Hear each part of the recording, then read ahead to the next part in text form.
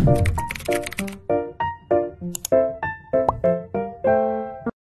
teman-teman semua, teman-teman pasti pernah ngerasain senang ketika memperoleh nilai tinggi, mendapatkan baju baru, dipuji, makan makanan favorit, berjalan-jalan, dan lain-lain.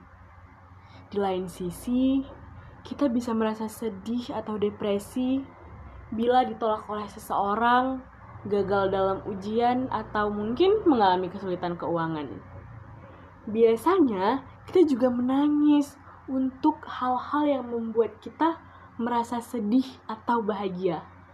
Kita juga tertawa untuk mengekspresikan diri dari perasaan atau hal-hal yang membuat bahagia, atau ketika kita melihat maupun mendengar hal-hal yang dianggap lucu. Beberapa dari kita juga membentak atau berteriak karena merasa marah dan ekspresi-ekspresi lainnya. Namun, ekspresi yang kita tunjukkan tersebut sebenarnya masih dalam batas normal atau sudah masuk ke abnormal ya. Dan kapan ya kira-kira kita harus ke dokter? Untuk mengetahui hal tersebut, yuk simak penjelasan kami. Davy and the Zeke and Gwen Moo. Davy and the Zeke and Gwen Moo. Sebenarnya gangguan mood apa sih?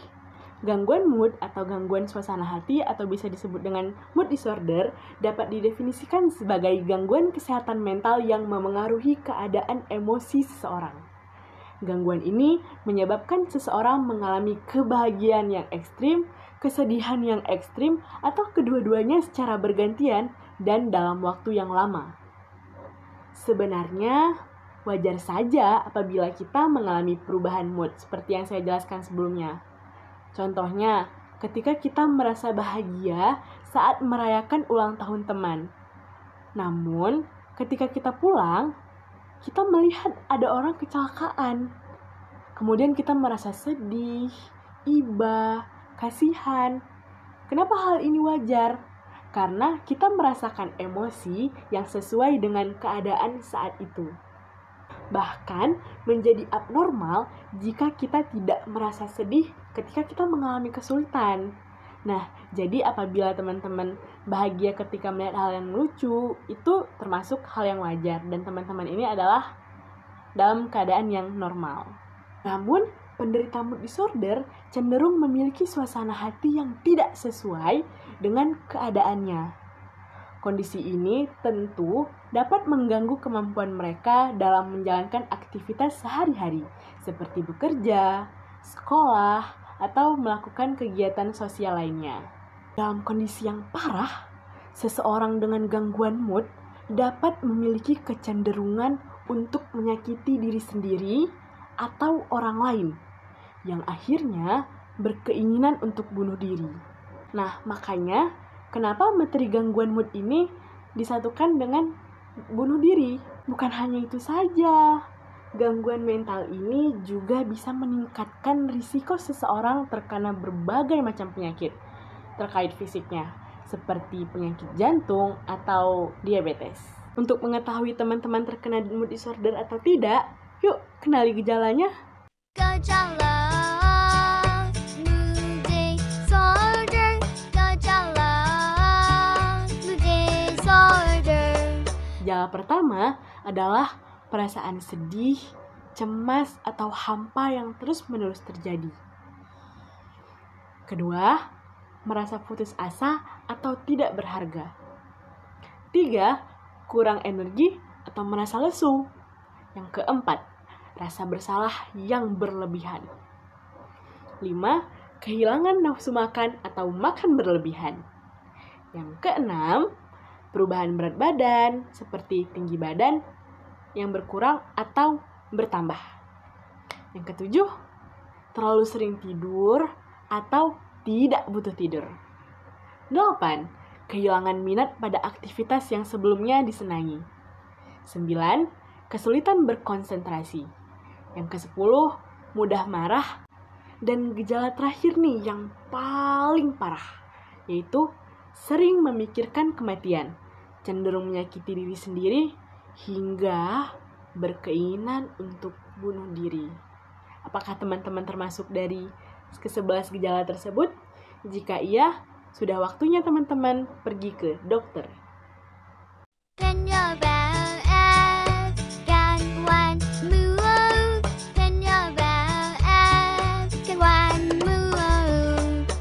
Secara umum, hal yang menjadi penyebab seseorang mengalami gangguan mood itu belum diketahui secara pasti.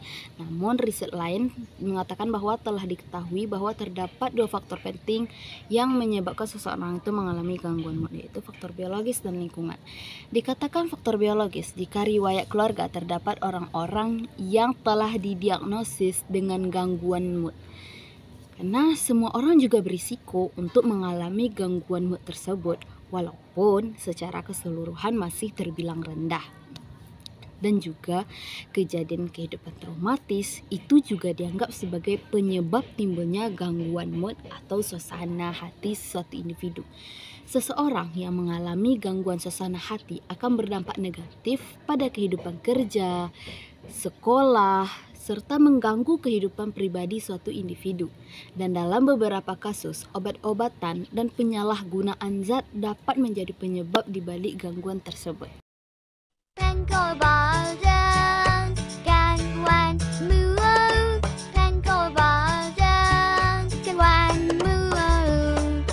Ini terdapat 2 cara dalam mengobati gangguan mood, yaitu yang pertama diagnosa dan pengobatan. Dimana dalam diagnosa ini gangguan mood didiagnosis melalui pemeriksaan fisik dan evaluasi kesehatan mental. Kemudian dokter akan melakukan pemeriksaan fisik untuk menyingkirkan adanya kondisi medis yang mendasar menyebabkan efek pada suasana hati pasiennya. Dokter kesehatan mental dapat melakukan serangkaian penilaian untuk menentukan stabilitas suasana hati dan kesehatan mental pasiennya. Kebanyakan orang enggan mencari bantuan untuk gangguan mood karena stigma sosial yang terkait dengan mereka. Oleh karena itu, banyak orang dengan gangguan mood yang tidak terdiagnosis dan hanya sekitar 20% dari mereka yang diagnosis dan mendapatkan pengobatan. Pengobatan gangguan mood dapat diobati terutama melalui pemberian obat-obatan dan psikoterapi. Bahkan dengan pengobatan sekalipun, tidak jarang gangguan mood dapat bertahan seumur hidup atau datang dan pergi untuk sesekali. Edukasi tentang gangguan mood dapat membantu individu yang menderita kondisi tersebut mengenali pola perilaku dan pemikiran yang mengindikasikan munculnya kembali gangguan mood dan mendorong mereka untuk mencari pengobatan tambahan. Biasanya, obat antidepresan dan anti kecemasan dapat diresepkan untuk satu individu yang mengalami gangguan suasana hati untuk mengurangi tekanan emosional. Bahkan dengan obat-obatan sekalipun, sebagian besar dokter akan merekomendasikan pengobatan tersebut yang dikombinasikan dengan psikoterapi. Psikoterapi atau terapi bicara difokuskan pada perubahan pola pikir dan perilaku. Teori perilaku kognitif sering dianggap sebagai terapi patokan untuk individu yang mengalami gangguan mood.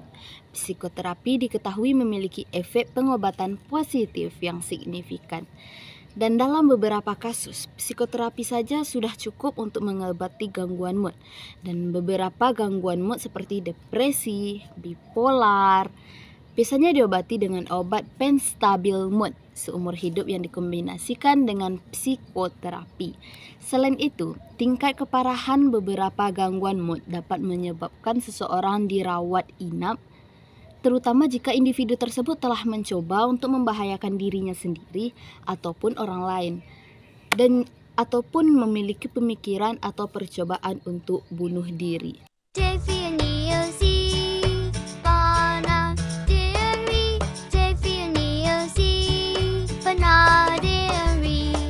Bunuh diri adalah usaha seseorang untuk menyakiti dirinya sendiri dengan tujuan untuk meniadakan atau menghilangkan nyawanya sendiri, dan biasanya disertai dengan motivasi-motivasi tertentu seperti usaha untuk menyelesaikan permasalahan yang sedang dihadapi.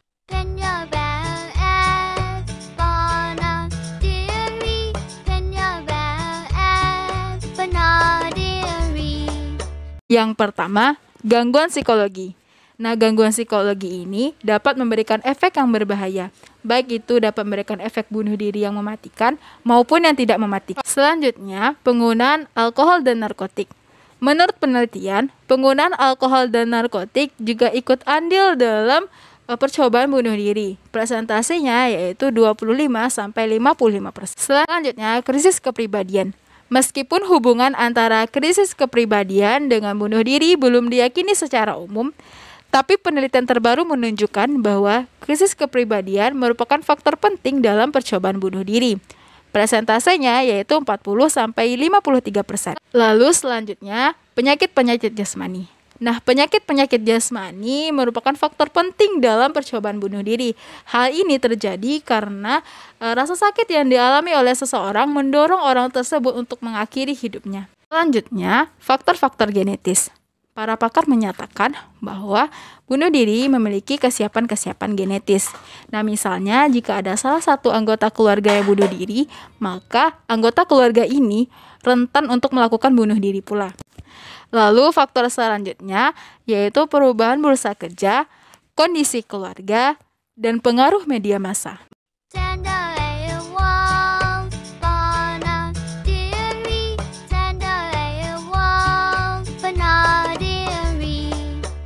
Nah, ini dapat dilihat di sini.